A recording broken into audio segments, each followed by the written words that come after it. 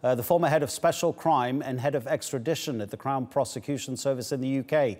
He's now a partner at Peters & Peters Solicitors. Thank you very much for your time, Nick. What considerations will the Belgian authorities be making now when considering whether to comply with this warrant? Will it be political considerations or just the judiciary in Belgium? Well, it's the judiciary that will have to make the decision, but that doesn't mean they can avoid analysing whether this warrant was issued for a political purpose.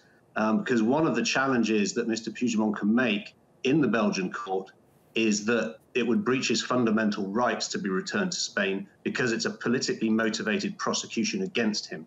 That's just one of the tests that the Belgian court will have to grapple with.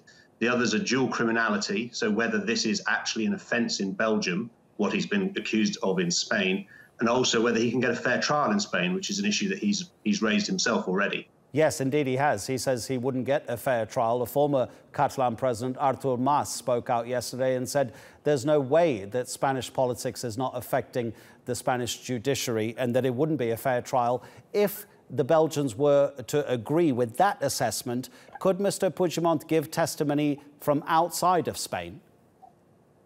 I don't think that would work if he himself is the person who's meant to be on trial. The Spanish authorities would want him back to put him on trial. So that's really the only outcome that they're looking for at the moment. I mean, the point is, this may well arise, and it's obvious this arises out of a political situation, and there's a political context. What the Spanish authorities will be arguing is that doesn't take away from the fact that he has committed a crime for which he should be prosecuted.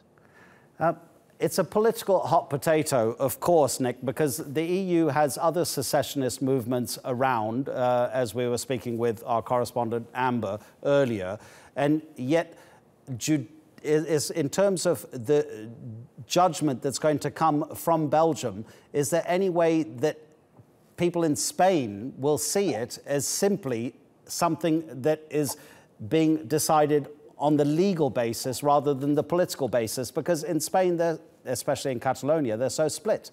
Yeah.